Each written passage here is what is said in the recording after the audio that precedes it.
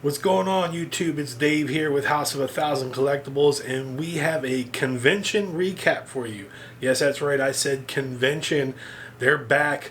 It held us down for a little bit, but we are back, and we got a lot of conventions coming up. It's convention season, and I am trying to get to 5. Normally, I only do maybe 2, maybe a third one in there. This time, 5 conventions, all within the next maybe month or two. So it's going to be crazy. If you like conventions, make sure you check the content coming for you guys. But for this convention, we are proud to have made it to Scares That Care. They've been going on for a couple years. I think this was the 7th one they have under their belt. They are held in Williamsburg, Virginia. This was July 30th through August 1st. We were there all weekend, stayed right in the hotel. Right off the bat, the hotel was awesome. They had queen size beds. Normally, we're trying to fit in a little twin if we're splitting a room, or a king if we have our own room. But queen size beds right in there, so it was nice and extra space in there. The convention, the parking, everything was good with the hotel. The staff was amazing. So right off the bat, had a good impression. They were doing things every single day. We had food trucks parked out in the parking lot, different ones. We had a barbecue spot, a taco truck, a kettle corn truck, like all kinds of different food varieties, which is pretty cool because normally you pretty much have to eat hotel food, snack food, order pizza. Maybe if you want to leave and risk you losing your spot and driving to somewhere, another restaurant or so in the area. But this was pretty cool that they had right there food trucks available, as well as the restaurant and stuff in the hotel. So Scares That Care is a 100% volunteer organization. They do all kinds of stuff. Not only do they do the convention, but they do the auctions, they do raffles, they do a 5K race, they do fundraising, and all of that money that they take in through all of that is given away to families from burn survivors, cancer survivors, kids that have illnesses and stuff like that. It's just amazing, amazing charity. And it does really actually add to the feeling you get. Normally it's like a convention. Some conventions are just in it for the money. And right off the bat, you can tell that this is not that in any way. Everything that they do is to just raise more money to give away, basically. So that was pretty cool, just knowing that every dollar you were spending, except for what you're giving the celebrities for the autograph and stuff, but all the other money is going to a good cause. So it kind of makes you spend a little bit more, maybe. So another thing that stood out right off the bat was the ticket price cost. It was $45 for a weekend pass, while I'm used to spending $60. So that is definitely appreciated. Again, they could try to gouge and get even more, which would give them more money for the charity and the giveaway and stuff for the families, but they don't. They keep their ticket prices low, and that's pretty much why they have the turnout they have. And even though this was a convention, it didn't feel like a convention to me. Like it should be like Scares That Cares family reunion or something, because the whole, like right off the bat, we were there Thursday night, which the con didn't start until Friday night, but we went a day early to kind of rest up from the drive. And they were doing like karaoke, and every night they called it Scarioke, and people were in there singing, and just the whole atmosphere, like no one was getting booed, and good singers, bad singers, they were still getting cheered like they were the best singers ever. People were just having fun. There were celebrities that were in there every night having fun, singing, dancing. It was just crazy awesome time. Okay, so now the bread and butter of this video is the guests.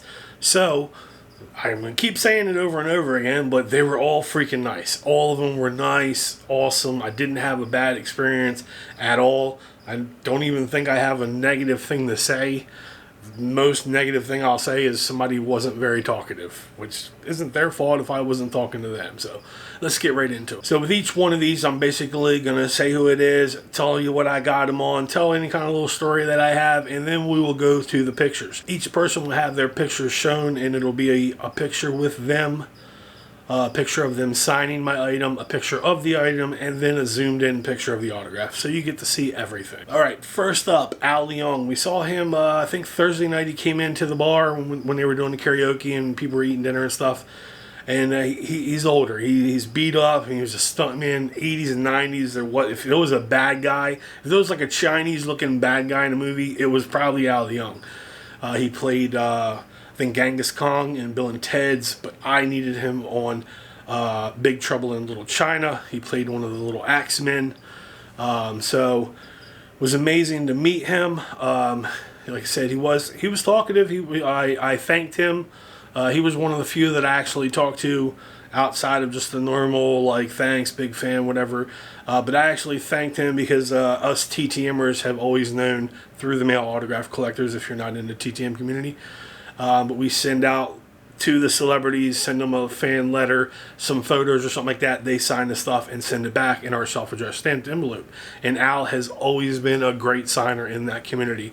So I thanked him on behalf of us. I was like, hey, and I explained it to him what it was just so he knew. He smiled and knew right off the bat what I was talking about. And I just want to thank you for doing that, because not all celebrities are willing to do that, because you literally are getting nothing for it. And he said he is getting something for it. It's still...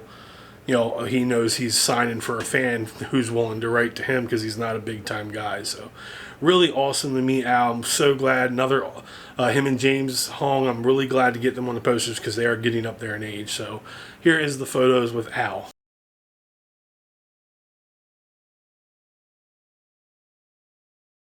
All right, next up we had Jeffrey Voorhees. Needed him on my Jaws poster. I met Richard Dreyfuss a while back. So glad to finally get another edition on the Jaws poster, and I should be getting one here coming up at another con here in a couple weeks. Jeffrey was quiet, wasn't really talkative, but the cool part about it was he signed the quote that I had. He thought that was pretty cool, and when he was all done and signed and everything, he's like, you mind if I add some blood? And he grabbed the chain Sharpies from what he was signing, grabbed the red Sharpie up and put little dots and little blood drops and markings all around where he signed. It looked pretty cool when it was done, and he didn't have to do that. He willingly volunteered to do that on himself. Then we took the picture with him, and he said, you want to hold it up? And we both, held up the poster. I don't do that too much. It is kind of cool to do it, but it was actually his idea again. So really, really cool to meet Jeffrey. Here is the pictures with him.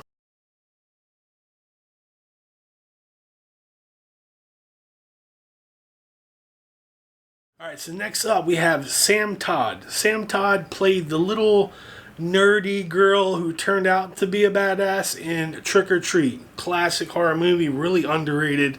But like I said, she played a little nerdy girl, and Sam grew up. She's pretty beautiful. Really, really smile. Always got a smile. Big, bright, white teeth. Just really awesome. Really nice, humble girl. She signed everything the way I wanted it. She laughed about my quote, which I thought was cool. So here's the pictures with Sam Todd.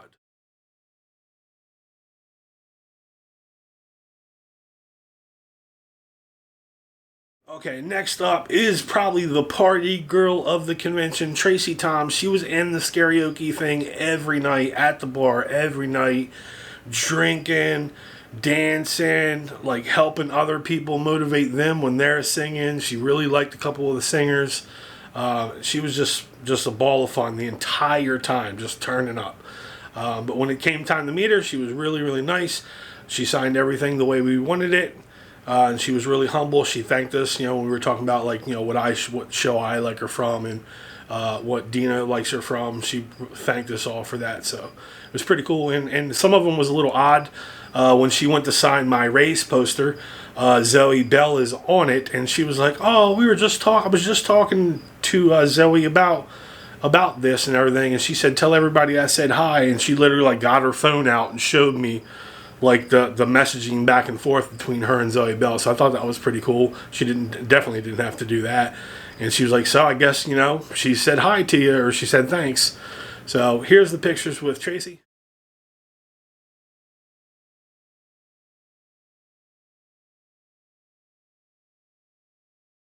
All right, next one is Jeff Kober, Walking Dead, Sons of Anarchy, and I got him on the first power. It was pretty cool because I actually wasn't getting him. I've met him before. I got him on my Walking Dead poster. But I remember First Power when I was little. It freaked me out. There's so many parts of that movie that are just freaky. And but I was like, I'm not going to spend the money. I'm not going to get him.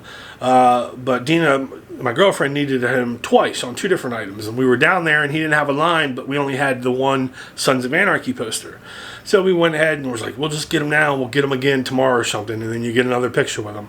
So we did. He was really nice. Really, talked to her about the poster and asked her if she watches the Mayans and stuff. And he's like, I haven't watched it yet. I just heard good things about it. And we took the picture, and we're like, all right, well, I mean, we'll be back because, she has a Walking Dead poster for you to sign, so we'll be back down tomorrow. And he's like, okay, see you then. Sure enough, we come down, and he's like, oh, you guys are back, and he remembered us, which was pretty cool. And so this time, I got a picture with him because she was like, I already got one with him. You might as well get this one. I was like, all right, it's been a couple years, so took a picture with him. And I was like, at that point, I was like, it's such a good experience, even the second time around. And I was like, man, and he's like, all right. And I was like, I'll be back if I can find the first Power poster because he didn't have one on his table. So it took me about 3 or 4 vendors and literally half the next day. And I finally found one that had the poster.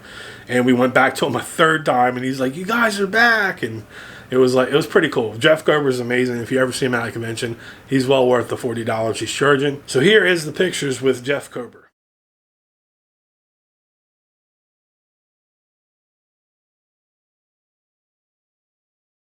Next up, we have Vanessa Angel. She's been in a bunch of stuff. I really wanted her and got her on Kingpin. Just an amazing, funny movie. So she has definitely found the fountain of youth. She literally looks the same. You can tell she's aged, but in the how long ago Kingpin was, it looks like she's aged like 3 or 4 years. And it's, I don't know, 10, 15 years probably at least. She was really nice, really humble, smiley. Another one, all the girls here were really smiley and really nice.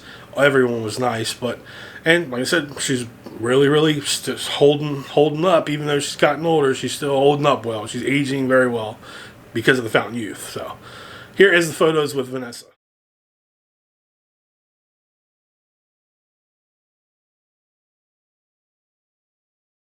All right, next up is Bai Ling. Finally get her. I met her right before COVID started at the Adult Film Star convention. She just happened to be doing a private signing with friends of mine, and they invited me down, and we sat in a Chinese restaurant and ate, and I watched her sign probably about 100 autographs, and then she went ahead and signed an 8x10 for me, but it wasn't on my Crow poster, and I haven't gotten any autographs on that in probably at least 5-10 years. So I finally get her. She showed up. She was supposed to be at a convention before and canceled, and so I was really happy as soon as I seen her. I was like, yeah, she's here. And she was really nice. She's really friendly. Another energetic, kind of flirty, presence or demeanor about her. Really nice, really awesome signature too. She always signs really awesome, and then she adds little like Chinese writing, which is pretty cool once it's done to see it. So here is the photos with Bai.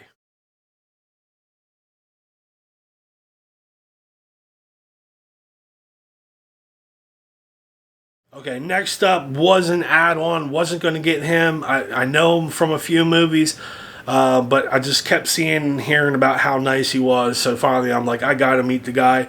Pruitt Taylor Vince. He's been in Constantine, Identity, a bunch of other movie, Devil's Candy.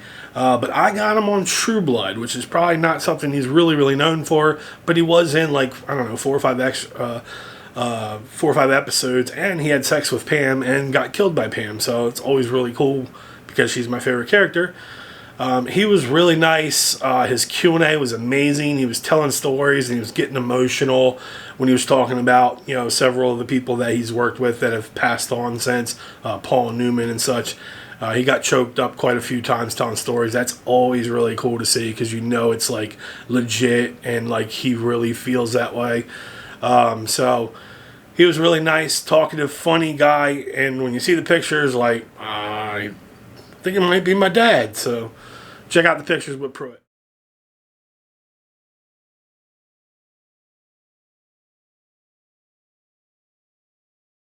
All right, next up is Janine Taylor. She was in Friday the 13th. I believe the character name was Marcy.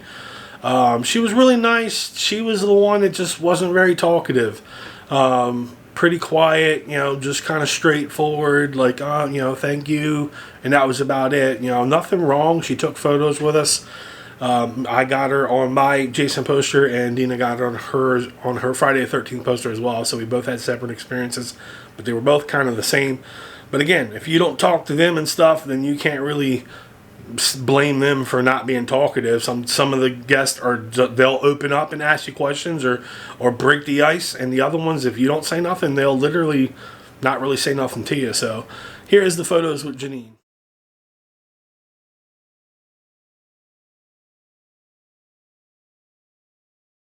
All right, so that is all of the guests. Unfortunately, Tara Manning burnt me again.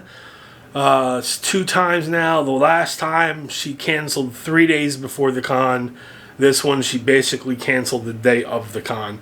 There was on Friday they let us know there was problems with her flight or something being delayed or something, and then later down the line they announced that she pretty much canceled the entire appearance. So that was horrible because she was pretty much my number one and definitely the reason for making what turned out to be 7.5 hour drive. But I had a great time, so nothing you can do about that. Some people I think she's going on the list of people that are just known to cancel. So what can you do? All right, so again, guys, there was stuff going on. Now, even with COVID, they didn't have like a movie theater going on with movies playing in it that you could sit and watch for free, which a lot of cons do. They didn't have that going, probably because of COVID, but they still had so much going on. Vendor rooms were everywhere. If I had to give a gripe about the con or something they could probably work on, would be how spaced out the vendors rooms are, especially when you get out of the main vendor room. Like, there's literally ones in, you know, like in actual rooms when you go up to the second floor, and you'll look in a room and there'll just be like one table, one person in there. Or you'll go in and there'll be 2 people, but then you're like, I don't know if there's anything down this hallway. It doesn't look like it because they're in the actual rooms down the hallways. So I would think either put them all in another room or put more signs up saying like, hey, because I'm sure people didn't even get to see all the ones, because you look down the hallway and it's like, I don't think anybody's down there, and there probably was. I just was not going to walk down there to find out that there wasn't any. So that's the only gripe I would really have. Other than that, it was an amazing con. They had so much going on. They had a board games room, a whole big room. There was probably 7, 8 tables in there, and all these board games. You could just go in there and grab a board game, go take up a table. You sit and play Magic, Dungeons and Dragons, whatever you wanted to do. That was a whole room just dedicated to, you know, fuck around, do whatever you want in there. That was really nice to see. You had the food trucks outside, you had the karaoke going on, you had all the vendor tables in the world. Then you also had the Q&As going on. You had a trivia game going on where they'd have a celebrity against a fan, and they'd ask trivia. I popped in for a little while and watched some of that. That was pretty cool to see. Then you had the silent auctions going on. You had the raffles going on. You had the costume contest. Just everything a great convention has. This one had it, and then had extra stuff on top of that that's their own. I've not seen anybody else doing karaoke. The silent auction was really cool, so that way, just in case you don't want to tie up and go sit in a room for a couple hours and watch an auction, you could just pop in, go check your items, write on the little clipboards on items you want to bid on, and then get back to the con or get back to doing other stuff. So I really enjoyed the silent auctions, and I won a raffle. I won this freaking crazy amazing Silence of the Lamb shadow box, double signed. It's got a real moth in it. It's just an amazing piece. Both the autographs alone got to be worth, and I spent $20. They had 20 tickets for $20, so it was going to a good cause. So I said, you know what, worst case scenario, I donated $20 to an amazing cause. Best case scenario, which is what happened, I won like a, I don't know, $500, $800 piece or something. Just amazing. I don't ever win stuff like that, so it was cool to see. I walked around as I did a tourist trap contest or costume. That went really well. Had a bunch of people loving it. I entered the costume contest. I didn't win, but some of the judges seemed to really like it, so overall, I'm glad that I did it. I always try to dress up as somebody, and the tourist trap one is an original. You don't see many people cosplaying that, but I love the fact I'm going around and people are going, tourist trap, love that movie, and I'm like, yeah. So I really had a great time.